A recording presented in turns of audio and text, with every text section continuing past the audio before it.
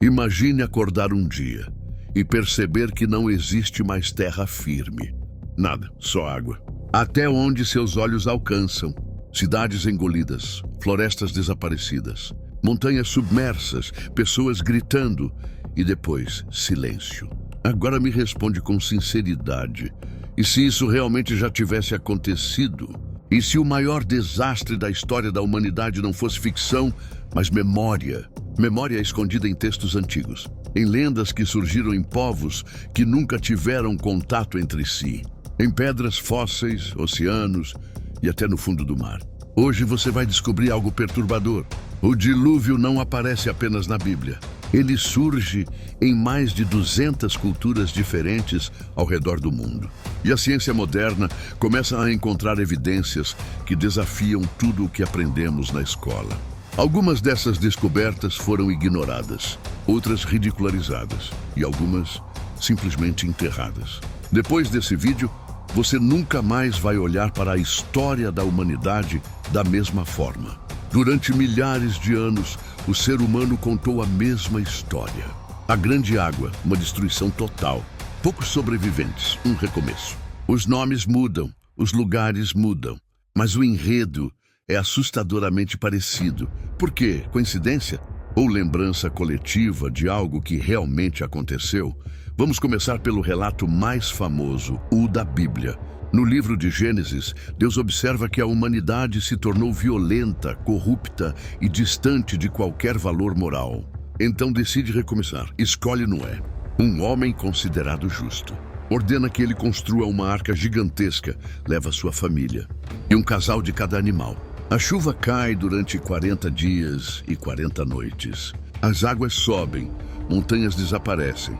Tudo morre, exceto o que está na arca. Meses depois, a água baixa. A arca repousa sobre um monte. A humanidade recomeça. Mas agora vem a parte que quase ninguém conta. Esse não é o único relato, nem de longe.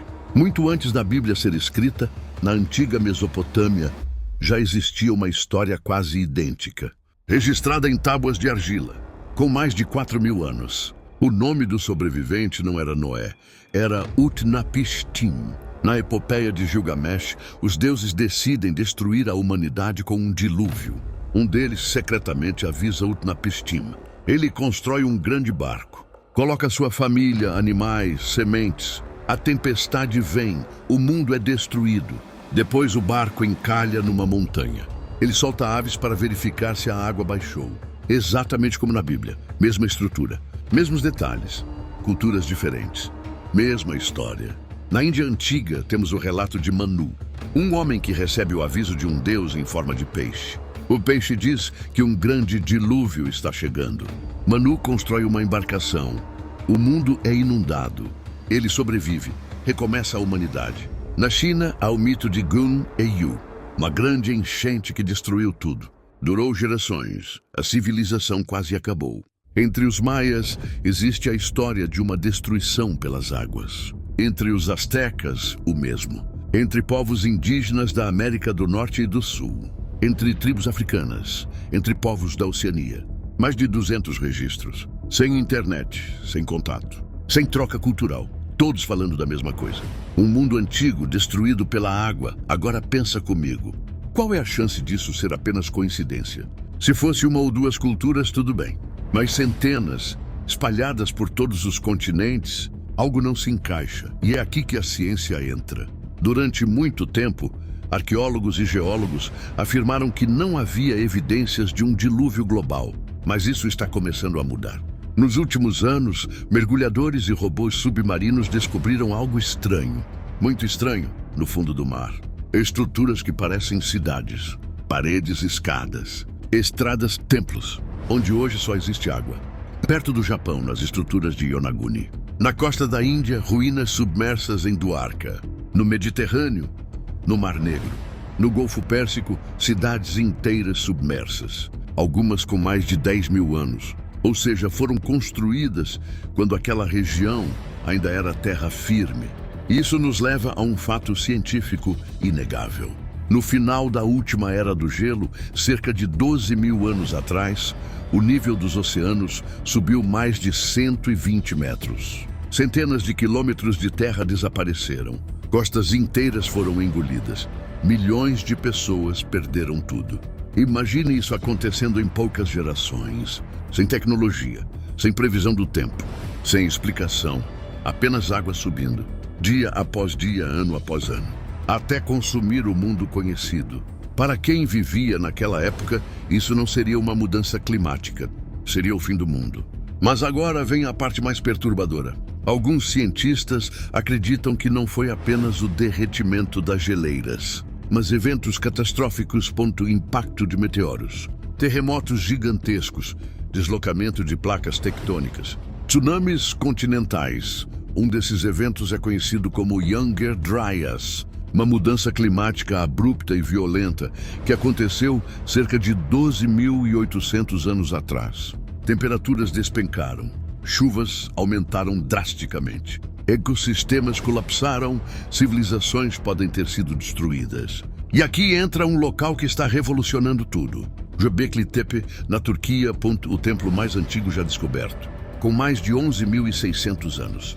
Mais antigo que Stonehenge, mais antigo que as pirâmides. Construído por pessoas que, oficialmente, ainda deveriam ser caçadores primitivos. Mas o local é complexo, gigantesco, sofisticado.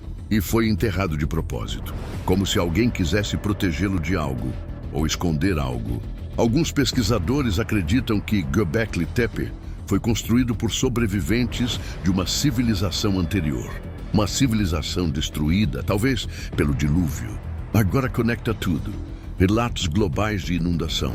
Subida real do nível dos mares. Cidades submersas. Mudanças climáticas violentas. Civilizações desconhecidas antes da nossa história oficial.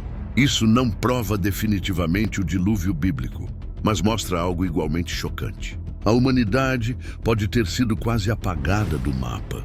Mais de uma vez, esse Noé, Utnapishtim e Manu forem apenas nomes diferentes para sobreviventes reais, pessoas que viram o mundo acabar e tentaram avisar as próximas gerações. Se você sobrevivesse a um evento assim, como contaria essa história? Com números científicos ou como uma narrativa simples? Deus enviou a água, o mundo foi destruído. Só alguns sobreviveram. Talvez os mitos não sejam fantasias. Talvez sejam história contada por quem não tinha linguagem científica. Mas calma, a parte mais polêmica ainda vem, porque existem evidências ainda mais estranhas. Camadas de sedimentos marinhos no meio dos continentes. Fósseis de animais marinhos em montanhas. Mapas antigos mostrando a Antártida sem gelo. E registros que simplesmente não deveriam existir. Se tudo isso já é inquietante, agora prepare-se. Porque existem evidências que vão além de mitos, além de ruínas submersas e além de textos religiosos. E algumas delas simplesmente não deveriam existir. Vamos começar pelas montanhas. Em diversos lugares do mundo, como o Himalaia, os Andes e os Alpes, cientistas encontraram fósseis de criaturas marinhas, conchas, corais, peixes fossilizados, no topo de montanhas com mais de 4.000 metros de altura. Agora pensa comigo, como algo que vive no fundo do oceano foi parar lá em cima. Existem duas explicações possíveis. A primeira é que as montanhas se ergueram lentamente ao longo de milhões de anos. A segunda é que aquelas regiões já estiveram submersas, cobertas por água, muita água. Talvez por um oceano temporário, ou por algo que, para as pessoas da época, só poderia ser descrito como o mundo inteiro virando mar. Outro detalhe curioso são as chamadas camadas de dilúvio. Em vários continentes, arqueólogos encontraram cidades antigas separadas por uma camada grossa de lama e sedimentos, como se uma civilização tivesse sido interrompida de repente. Sem sinais de guerra, sem incêndios, sem epidemias, apenas uma camada enorme de terra trazida por água. E em cima dela, uma nova civilização. Um recomeço. Isso acontece na Mesopotâmia, na Índia, na China, na América Central. O mesmo padrão repetido. Agora, vamos falar de algo que quase nunca aparece nos livros escolares. Mapas antigos, muito antigos. Um deles é o mapa de Piri Reis, feito em 1513 por um almirante otomano.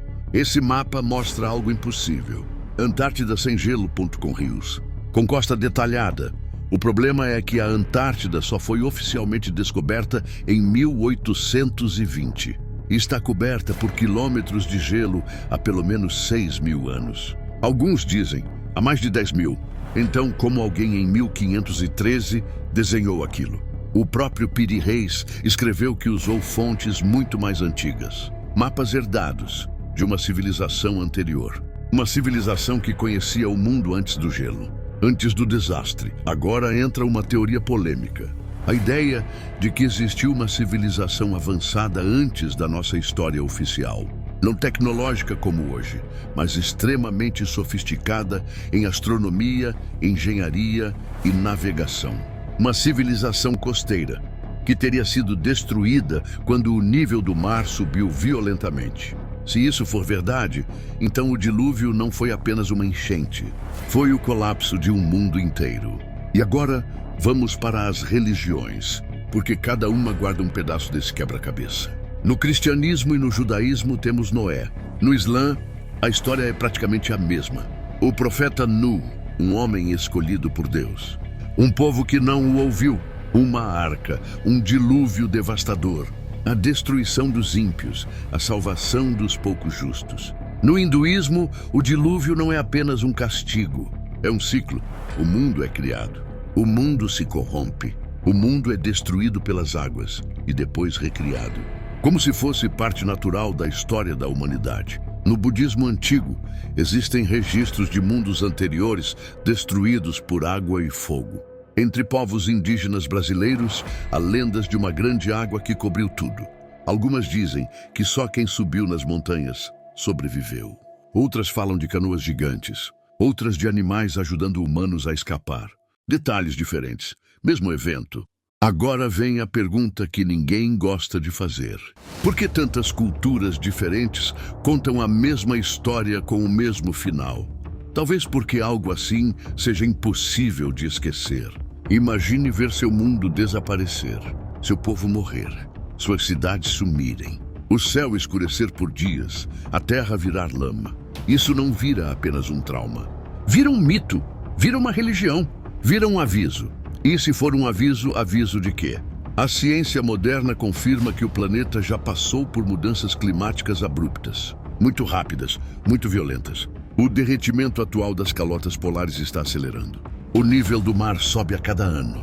Grandes cidades hoje estão abaixo do nível do mar. Amsterdã, Veneza, Miami, Xangai, Ponto e partes do Rio de Janeiro. Se algo semelhante ao passado acontecer, com tempestades extremas, colapso de geleiras, tsunamis ou impactos espaciais, o cenário se repete. Talvez o dilúvio não tenha sido mágico. Talvez não tenha sido literalmente o planeta inteiro coberto até o topo das montanhas. Mas para as pessoas daquele tempo, o mundo conhecido era tudo o que existia. Se tudo o que você conhece vira água, isso é o mundo inteiro. Então, chegamos à conclusão mais honesta possível. Não podemos provar 100% que o dilúvio bíblico aconteceu exatamente como descrito. Mas também não podemos mais ignorar que um evento global de inundações aconteceu no fim da Era do Gelo, que milhões de pessoas foram afetadas, que civilizações desapareceram e que a memória disso ficou registrada em mitos, religiões e pedras. O dilúvio pode não ser apenas uma história, pode ser a lembrança distorcida de uma tragédia real. E talvez a pergunta mais assustadora não seja se isso aconteceu, mas se isso pode acontecer de novo. Porque se aconteceu uma vez, nada garante que não possa acontecer outra. Se você chegou até aqui, significa que esse assunto mexeu com você tanto quanto comigo.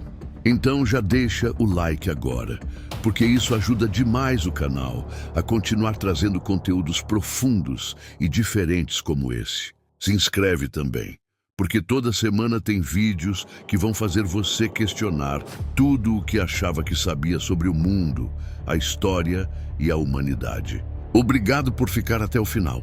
Um grande abraço e até o próximo vídeo.